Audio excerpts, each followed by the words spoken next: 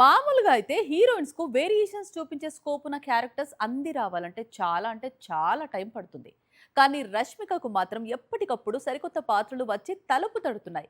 దీంతో ప్రతి సినిమాలోనూ సరికొత్తగా కనిపిస్తోంది నేషన్ క్రష్.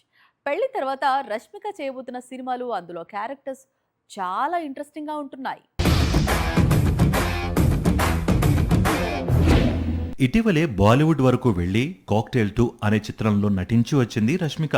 ఈ సినిమా మిక్స్డ్ టాక్ తోనే బాక్స్ ఆఫీస్ దగ్గర 100 కోట్లకు పైగా వసూళ్లను రాబట్టింది. ప్రస్తుతం రష్మిక చేతిలో మరో 2 చిత్రాలున్నాయి. ఆ 2 కూడా రాబోయే 2 నెలల్లో ప్రేక్షకుల ముందుకు రానున్నాయి. ఒకటి రణబాలి, మరొకటి మేసా. సెప్టెంబర్ 11న భర్త విజయ్ దేవరకొండతో కలిసి రష్మిక నటిస్తోన్న crazy pan India project release అవుతోంది.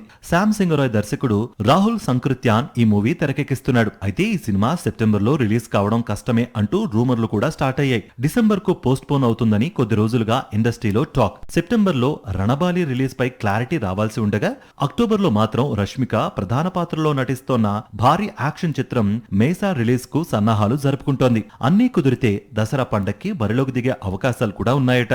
అన్నీ కుదిరితే సెప్టెంబర్ లో రణబాలితో, అక్టోబర్ లో మైసాతో Rashmika back to back release తో ఆడియన్స్ ను సర్ప్రైజ్ చేసే అవకాశాలు కూడా ఉన్నాయి. సాక్షి టీవీ ప్రసారాలను నిలిపివేయటం చట్టరీత్యా నేరం. సాక్షి టీవీ ప్రసారాల కోసం మీ స్థానిక కేబుల్ ఆపరేటర్ను వెంటనే సంప్రదించండి.